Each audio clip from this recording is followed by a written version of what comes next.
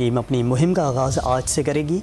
Green shirts को रिवायती हरीफ भारत का चैलेंज दरपेश होगा। रिपोर्ट देखिए। विमेन T20 वर्ल्ड कप का बड़ा मुकाबला, रिवायती हरीफों में मैदान सजेगा। केप टाउन में पाक भारत टीमों में जोड़ पड़ेगा।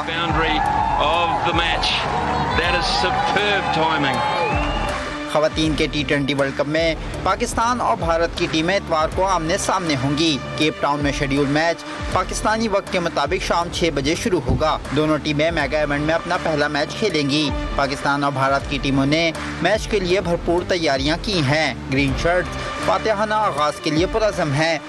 इंडिया के साथ मैच होता है तो एक थोड़ा डिफरेंट सिनेरियो होता है, सारी चीज़ें डिफरेंट होती है। यही है कि हमारे लिए एक नॉर्मल मैच हम समझ के खेलेंगे, क्योंकि उसका जो प्रेशर होता है वही सारी चीज़ें बिल्डअप करता है। एक्साइटमेंट भी बड़ी होती है कि आप इस तरह के मैचेस जब खेलते हो तो लोग आपको देखते हैं, आपको परफॉर्म करते हुए देखते हैं, आपको सपोर्ट करते हैं।